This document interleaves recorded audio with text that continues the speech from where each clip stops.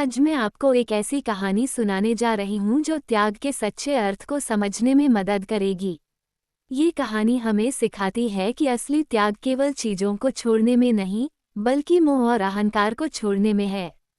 बहुत समय पहले की बात है, एक राज्य में एक राजा राज करता था।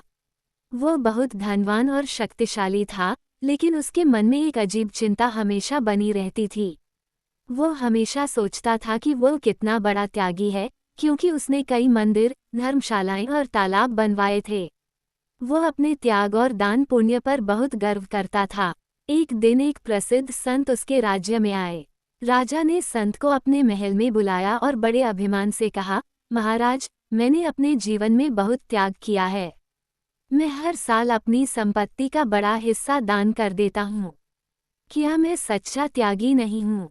संत मुस्कुराए और बोले, राजन, त्याग केवल धन का नहीं होता, बल्कि मोह और अहंकार का भी होता है।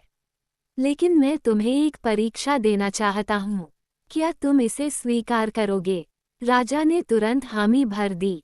संत ने राजा से कहा, तुम मेरे साथ जंगल चलो, वहां मैं तुम्हें त्याग का असली अर्थ समझाऊंगा। राजा ने सोने का सिंहासन, रेशमी वस्त्र और कीमती आभूषण छोड़ दिए और संत के साथ जंगल की ओर चल पड़ा। चलते चलते वे एक नदी के किनारे पहुंचे। संत ने राजा से कहा, अब ये लो, एक कंकड़ उठाओ। राजा ने बिना सोचे समझे एक कंकड़ उठा लिया। संत ने फिर कहा, अब इसे फेंक दो। राजा ने कंकड़ नदी में फेंक दिया और गर्व से बोला, ये तो बहुत आसान था। संत मुस्कुराए और बोले, अब ये सोने की ईंट उठाओ। राजा ने देखा कि वहां एक भारी सोने की ईंट रखी थी। उसने उसे उठाया, लेकिन इस बार जब संत ने कहा कि इसे भी नदी में फेंक दो, तो राजा हिचकिचा गया। संत ने मुस्कराकर पूछा, क्या हुआ राजन? जब कंकड़ फेंका था तो तुम्हें कोई परेशानी नहीं हुई, लेकिन अब ये सोने की ईंट फेंकने में कठिनाई क्यों हो रही है?